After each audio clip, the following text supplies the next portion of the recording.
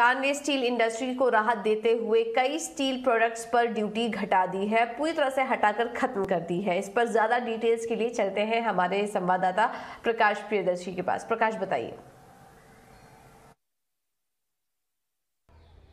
देखिए, सबसे बड़ी बात यह है कि स्टील कंपनियों को बड़ी राहत मिली है और साथ ही साथ आयरन और प्रोड्यूस करने वाली जो कंपनीज हैं उनको भी सरकार ने राहत दी है। सबसे पहले तो ये कि 21 मई 2022 को सरकार ने कई स्टील प्रोडक्ट्स पे जो एक्सपोर्ट ड्यूटी है उसको बढ़ाया था। करीब 15%। बहुत सारे ऐसे प्रोडक्ट्स थे जिस पर एक्सपोर्ट ड्यूटी बढ़ा दिया गया था। कुछ प्रोडक्ट्स पे इसको 45% तक कर दिया गया था।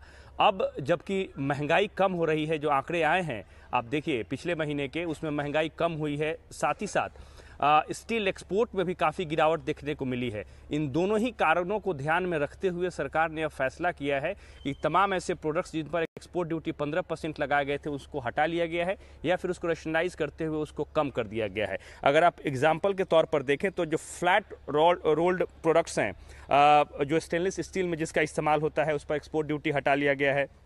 बार रॉड्स से संबंधित जो स्टील प्रोडक्ट्स हैं या जो उसकी इंटरमीडिएरीज हैं उस पर एक्सपोर्ट ड्यूटी हटा लिया गया है। उसी तरीके से दूसरे कई ऐसे हॉट रोल्ड है उस पर भी हटा लिया गया है।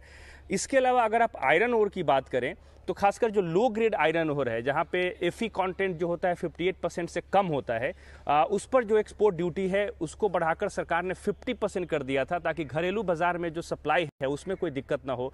उसको अब हटा लिया गया है, उसको नील कर दिया गया है। इसका मतलब ये है कि जो आयरन ओर कंपनीज हैं वो एफई 58% से कम जो एफई कंटेंट वाले आयरन ओर है उसका एक्सपोर्ट कर पाएंगी, लेकिन 58% से ज़्यादा एफई कंटेंट वाले जो आयरन ओर है उस पर ड्यूटी जो है अभी भी बनी हुई है, उस पर 30% ड्यूटी जो है वो देना पड़ेगा। आज से ये नोटिफिकेशन लागू है। इसका मतलब ये है कि स्टील कंपनियों को, आयरन कंपनियों को राहत मिली है और महंगाई में कमी को देखते हुए सरकार ने यह फैसला लिया है।